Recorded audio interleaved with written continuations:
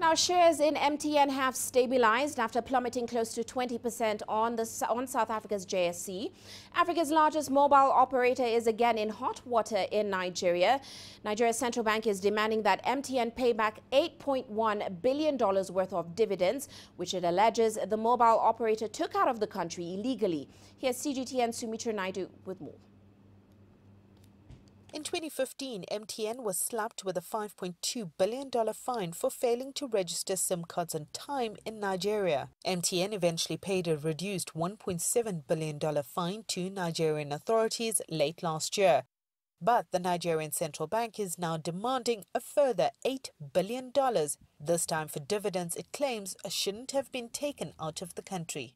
When you want to take any money out of the country as a going concern, as an operation, you do need to obtain government approval or Central Bank of Nigeria approval to repatriate any of those funds.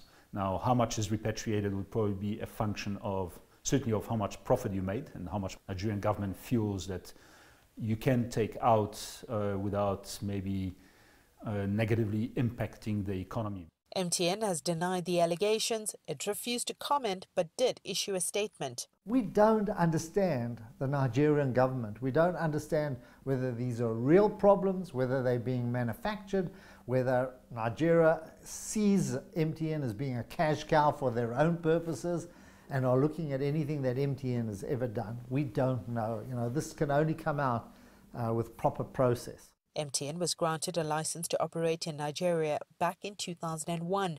The West African country has become its biggest market with over 55 million customers, accounting for 27% of MTN's global subscriber base. But its share price has been hammered in recent years because of ongoing wrangles with Nigerian authorities, which many are concerned could force it to exit. To MTN, it presents another risk factor, instability in terms of being able to plan forward, strategize and budget. It also represents, I think, a greater risk to Nigeria as an investment destination overall, because it now sends a signal to international investors that there isn't necessarily great regulatory stability in the country. The share price has been going down steadily over the last, I think, 4 to 5 years as more and more problems are encountered in Africa. And their problems are not over because they seem to be having issues in every area in which they're operating. In Iran, they can't get their money out. In Nigeria, they have all these issues or regulatory issues with government. The timing couldn't be worse for MTN as it's preparing a public listing on the Nigeria Stock Exchange.